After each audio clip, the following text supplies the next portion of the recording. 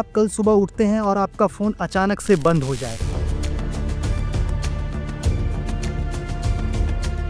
आपके फ़ोन, आपके बैंक, सारे सिस्टम अचानक से पूरे भारत की क्रैश हो जाए, तो सोचिए क्या होगा। शायद आपको बात मेरी साइंस फिक्शन जैसी लग रही होगी, लेकिन वास्तविकता यही है। भारत आज भी 90% डिजिटली दूसरे देशों के ऊपर डिपेंड है, जिसका कंट्रोल बड़े बड़े देश के हाथों में है। अमेरिका, चाइना, जापान, ताइवान जैसे देशों के हाथ में है। हमारे फ़ोन के छोटी से छोटी चीज़, चाहे वो ईमेल हो, चाहे हमारे डाटा हो, ये सारे स्टोर किसी दूसरे देशों के हाथ में है। अब जरा खुद आप इस बात को सोचिए कि अगर कल को वही सबसे ताकतवर देश ये बोले कि भारत के सारे टेक सिस्टम को बंद कर दिया जाए, तो सोचिए क्या होगा। हमारे हाथ में जो स्मार्टफोन है वो सिर्फ फ्लैश जलाने लायक ही बचेंगे। और यही है असली सवाल। जब 2047 तक हम अपने आज़ादी के 100वां वर्षगांठ मना रहे होंगे, क्या तब तक भारत सुपर पावर देश बन पाएगी या सिर्फ एक दुनिया की डिपेंडेंट मार्केट बन के रह जाएगी? आज की इस रिपोर्ट में हम ये भी जानेंगे कि भारत के पास वो 3 सबसे बड़ी कमजोरी क्या है, उसका सॉल्यूशन क्या है।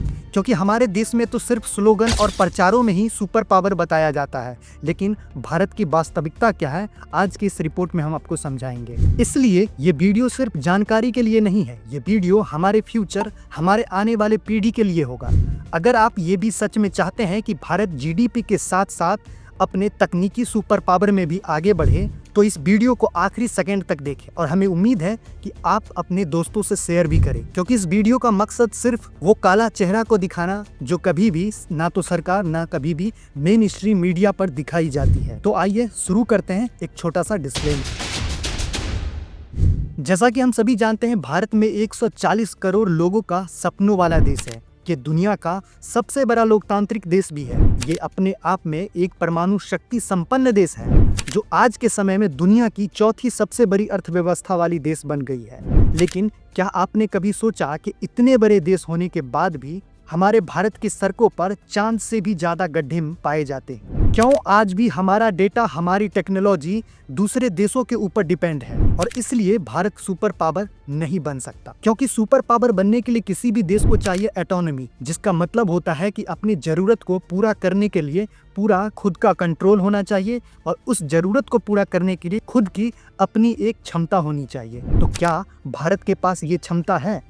जवाब है नहीं, क्योंकि भारत की जो ग्रोथ है वर्तमान समय में वो 3 बड़े जंजीरों से बंधी हुई है।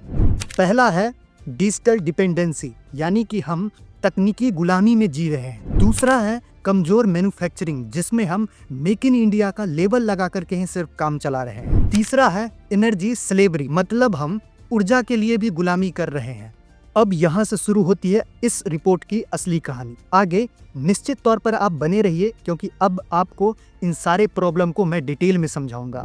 पहला प्रॉब्लम था डिजिटली डिपेंडेंसी। सोचिए, आपने दुनिया की सबसे बड़ी बिल्डिंग बनाई, सबसे ऊंची बिल्डिंग बनाई और उसके नींव में किसी ने बम विस्फोट लगा दिया और उसका कंट्रोल आपके हाथ में नहीं बल्कि किसी और देश के हाथ में है।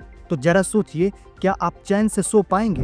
और इस बिल्डिंग का मतलब है कि भारत के आईटी इंडस्ट्री, जो वर्तमान समय में 282 अरब डॉलर की इंडस्ट्री बन चुकी है, लेकिन ये पूरी तरीके से विदेशी टेक्नोलॉजी पर ही निर्भर कर रहा है। जिसमें अगर हम सॉफ्टवेयर की बात करें तो अमेरिका का है, हार्डवेयर की बात करें तो चाइना का है, सोशल मीडिया की बात करें तो चाइना का है, अमेरिका का है, और जहां हमारी डेटा सुरक्षित होती है वो भी अमेरिका का है। अब जरा आप खुद सोचिए कि जब देश में 82% भारतीय यूजर जीमेल को यूज करता है, ये भी अमेरिका का है। और ना जाने तमाम ऐसे सॉफ्टवेयर हैं, मेटा, गूगल, माइक्रोसॉफ्ट, ये सारे के सारे अमेरिकी कंपनी है। अगर कल को अमेरिका ने ये कह दिया कि भारत के सारे टेक एक्सेस को बंद किया जाए, तो आपके साथ, हमारे देश के साथ क्या होगा? सिर्फ हमारे पास जो फोन होंगे, हमारे पास जो लैपटॉप होंगे, वो सिर्फ फ्लैश जलाने लायक ही बचेगा। क्या ये बात मैं सिर्फ डराने के लिए कर रहा हूँ? नहीं, इससे पहले अमेरिका ने चाइना के साथ ये चीजें कर चुका है। जब अमेरिका ने चाइना के ऊपर हुआवे, टिकटॉक जैसे कंपनियों के ऊपर प्रतिबंध लगाया अपने देश में, तो चाइना ने भी आंख में आंख डाल करके अमेरिका से कहता है कि ठीक है, मैं भी आईफोन की जितनी भी रेयर मटेरियल है वो मैं देने से बंद कर दूंगा। तब अमेरिका अचानक से घुटनों पे आ जाता है। लेकिन भारत के पास बंद करने के लिए क्या है? जवाब है कुछ भी नहीं। हमारे पास ना तो अपना सर्च इंजन है, ना ही अपना एक ऑपरेटिंग सिस्टम है और ना ही खुद का एक सोशल मीडिया। और इसीलिए मैं बोलता हूँ कि हमारी जो डिजिटल इंडिया का जो है ना बातें, वो सिर्फ स्लोगन, बड़े बड़े पोस्टर, बड़े बड़े सरकारों के चेहरे के पीछे ही बताई जाती है चुनाव से पहले। अब जरा आप खुद सोचिए ना, हमारा सबसे अच्छा मित्र देश रूस, उसके ऊपर तमाम देश ने सैंक्शंस लगाए, क्या उसकी इकोनॉमी रुकी? नहीं। क्या उसके डिजिटल इंफ्रास्ट्रक्चर डैमेज हुए? नहीं, क्योंकि उनके पास खुद का ये सारा इकोसिस्टम है। और भारत के पास क्या है? सिर्फ स्लोगन। इस रिपोर्ट में मैंने जो शुरुआत में दूसरी सबसे बड़ी प्रॉब्लम की बात की, वो थी कमजोर मैन्युफैक्चरिंग, जिसमें मेक इन इंडिया का लेवल लगा करके आज भी काम किया जाता है। कभी भी मेड इन इंडिया की तरफ हमारी सरकार अग्रसर नहीं होती है। अगर हमारे भारत में ग्रोथ चाहिए, हमें अगर सुपर पावर बनना है 2047 तक, तो हमें जीडीपी में कम से कम मैन्युफैक्चरिंग का 30% हिस्सेदारी होनी चाहिए। लेकिन आश्चर्य की बात होगी कि पिछले 10 सालों में भारत में जीडीपी में जो मैन्युफैक्चरिंग का योगदान है पिछले 10 सालों में, वो सिर्फ और सिर्फ 15% है। और सबसे बड़ी बात तो ये है दोस्तों कि हम एक्चुअल में मैन्युफैक्चरिंग नहीं करते हैं।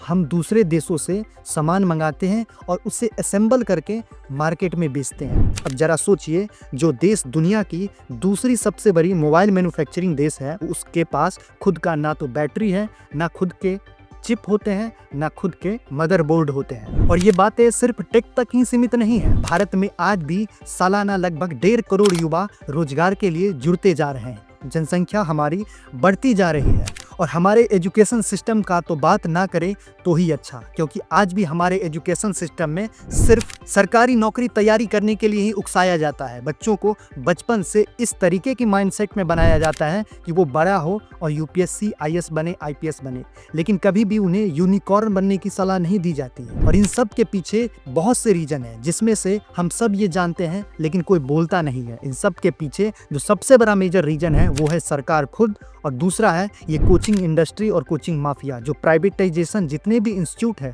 ये सब इस चीज के दोषी है। लेकिन आपके मन में सवाल आएगा कि सर, जनसंख्या तो बढ़ेगा, बेरोजगारी भी बढ़ेगी? नहीं। चीन ने इससे पहले, जब चीन 1970 के समय में बहुत गरीब हुआ करता था, तो वो इस 1970 से लेकर के 1990 के बीच लगभग 10 करोड़ लोगों को रोजगार दिया। और ये तभी पॉसिबल हुआ जब उसने खुद के इनोवेशन के साथ मैन्युफैक्चरिंग को बढ़ावा दिया।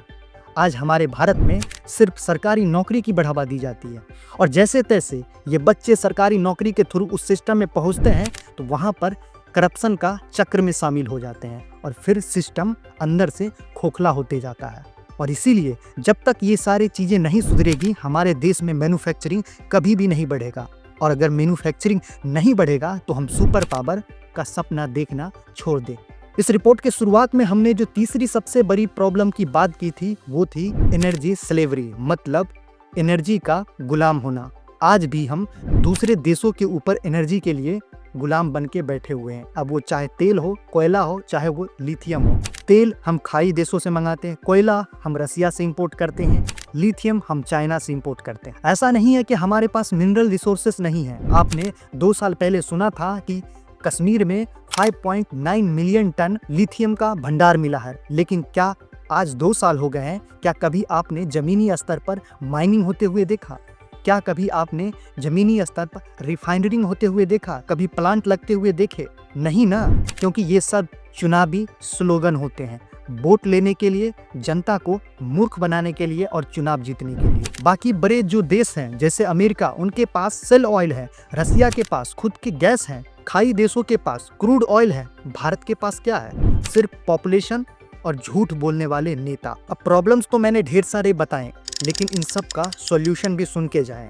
अगर भारत को 2047 तक सुपर पावर बनना है तो हमें बेसिकली देश के 3 सबसे बड़े पिलर को मजबूत करना होगा। पहला है टेक्नोलॉजी की आज़ादी, हमें खुद के सॉफ्टवेयर होने चाहिए। दूसरा पिलर जो हमें मजबूत करने की ज़रूरत है वो है मैन्युफैक्चरिंग। हमें कभी भी प्रोडक्ट को हमेशा असेंबल नहीं करना है, हमें खुद का इनोवेशन के साथ मैन्युफैक्चरिंग को बढ़ावा देना है। तीसरा पिलर जो हमें मजबूत करने की ज़रूरत है वो है ऊर्जा में आत्मनिर्भर होना। हमें दूसरे देशों के ऊपर डिपेंड नहीं होना है ऊर्जा के लिए, बल्कि खुद का अपना माइनिंग करना, रिफाइनरिंग बनाना। और हम सभी जानते हैं कि भारत हमेशा से निराशावादी हो या फिर आशावादी हो, इन दोनों को चौंकाने में आगे रहा है। अब जैसे मिशन मार्स करके हो या फिर मिशन मून हो, चाहे टिकटॉक बंद करके हो, चाहे इंस्टाग्राम को प्रमोट करके हो, लेकिन ये तय है कि अगर हमें 2047 तक सुपर पावर बनना है तो हमें डिजिटल गुलामी से निकलना होगा। हमें खुद के मैन्युफैक्चरिंग बनाने होंगे, हमें खुद का ऊर्जा इंडिपेंडेंट होना होगा। और अब भी अगर ये भारत के 3 जंजीरें नहीं टूटी तो भारत का इकोनॉमी एक एटम बॉम्ब के जैसा होगा, जो कभी भी दूसरे देशों के हाथे फट सकते हैं और भारत बर्बाद हो सकता है। और आखिरी सवाल सिर्फ आपसे है और आपके उन नेताओं से जिनको आप वोट दे करके चुने हैं। उनसे पूछिए कि क्या भारत इन 3 पिलर को मजबूत करने के लिए कोई ठोस कदम उठाएगा या फिर स्लोगन, बोर्ड, बैनर पर ही बड़ी बड़ी बातें करेंगे, टीवी चैनल पर ही बड़े बड़े बातें करेंगे। ये वर्क मैं आपके ऊपर छोड़ता हूँ और मैं उम्मीद करता हूँ कि आप इस वीडियो को शेयर करके ज़्यादा से ज़्यादा लोगों को जागरूक करेंगे और अपने क्षेत्रीय सांसद हो या विधायक हो उनसे इस तरीके का सवाल करेंगे, वीडियो उनको टैग करेंगे, जिससे उनकी आंखें खुलेंगी और उनको थोड़ा सा शर्मिंदगी होगी। अगर आप अभी तक इस वीडियो में बने होंगे तो उसके लिए बहुत बहुत धन्यवाद। जय हिंद।